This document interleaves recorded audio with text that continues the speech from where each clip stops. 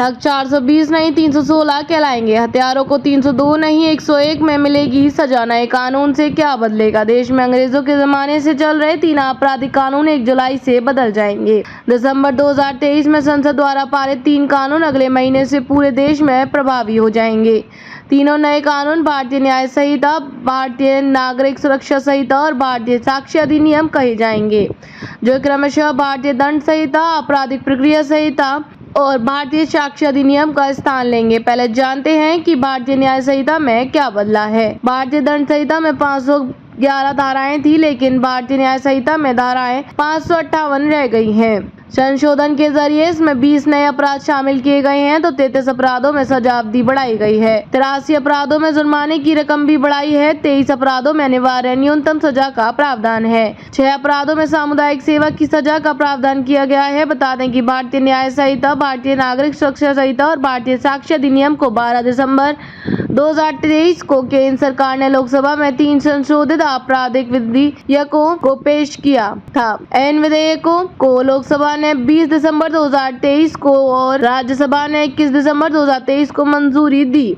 राज्यसभा में विधेयकों को केंद्रीय गृह मंत्री अमित शाह द्वारा पेश किए जाने के बाद ध्वनि मत से पारित किया गया था। इसके बाद 25 दिसंबर 2023 को राष्ट्रपति से मंजूरी के बाद विधेयक कानून बन गए और लेकिन इनके प्रभावी होने की तारीख 1 जुलाई 2024 रखी गई। संसद में तीनों विधेयकों पर चर्चा के दौरान केंद्रीय मंत्री अमित शाह ने कहा था कि इनमें सजा देने के बजाय न्याय देने पर फोकस किया गया है। अब जानते हैं अहम धाराओं में बदलाव। धारा 124 आईपीएस की धारा 124 राजद्रोह से जुड़े मामलों में सजा का प्रावधान रखती थी। नए कानूनों के तहत राजद्रोह को एक नया शब्द देशद्रोह मिला है, यानी ब्रिटिश काल के शब्द को हटा दिया गया है। भारतीय न्याय संहिता में अध्याय 7 के राज्य के विरुद्ध अपराधों की श्रेणी में देशद्रोह को रखा गया है। धारा 144 आईपीएस की धारा 144 घातक हथियार से लैस होकर गैर कानूनी सभा में शामिल होने के बारे में थी।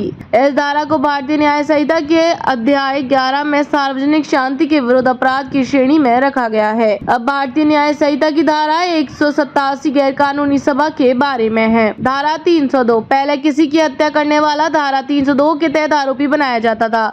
हालांकि अब ऐसे अपराधियों को धारा 101 के तहत सजा मिलेगी। नए कानूनों के अनुसार हत्या की धारा को अध्याय 6 में मानव शरीर को प्रभावित करने वाले अपराध कहा जाएगा। धारा 307 नए कानूनों के अस्तित्व में आने से पहले हत्या करने के प्रयास में दोषी की आईपीएस की धारा 307 के तहत सजा मिलती थी। अब ऐसे दोषियों को भारतीय न्याय संहिता की धारा 109 के तहत सजा सुनाई जाएगी। इस धारा को भी अध्याय 6 में रखा गया है। धारा 376 दुष्कर्म से जुड़े अपराध में सजा को पहले आईपीएस की धारा 376 में परिभाषित किया गया था। भारतीय न्याय संहिता में से अध्याय 5 में महिलाओं और बच्चों के विरुद्ध अपराध की श्रेणी में जगह दी गई है। नए कानून में दुष्कर्म से जुड़े अपराध में सजा को धारा 63 में परिभाषित किया गया है। वहीं सामूहिक दुष्कर्म को आईपीएस की धारा 376 डी को नए कानून में धारा 70 में शामिल किया गया है। धारा 399 पहले मानहानि के मामले में आईपीएस की धारा 399 इस्तेमाल की जाती थी। नए कानून में अध्याय 19 के तहत आपराधिक धमकी, अपमान, मानहानि आदि में इसे जगह दी गई है। मानहानि को भारतीय न्याय संहिता की धारा 356 में रखा गया है। धारा 420 भारतीय न्याय संहिता में धोखाधड़ी या ठगी का अपराध 420 में नहीं, अब धारा 316 के तहत आएगा। इस धारा को भारतीय न्याय संहिता में अध्याय 17 में संपत्ति की चोरी के विरुद्ध अपराधों की श्रेणी में रखा गया है। सीआरपीसी और साक्ष्य अधिनियम में क्या बदलाव? दंड प्रक्रिया संहिता यानी सीआरपीसी की जगह अब भारतीय नागरिक सुरक्षा संहिता ने ले ली है। सीआरपीसी की 484 धाराओं के बदले भारतीय नागरिक सुरक्षा संहिता में 531 धाराएं हैं। नए कानून के तहत 177 प्रावधान बदले गए हैं, जबकि 9 नई धाराएं और 39 उपधाराएं जोड़ी गई हैं। इसके अलावा 35 धाराओं में समय सीमा तय की गई है। वहीं नए भारतीय साक्ष्य अधिनियम में 170 प्रावधान हैं। इससे पहले वाले कानून में 168 प्रावधान थे। नए कानून में 24 प्रावधान बदले हैं।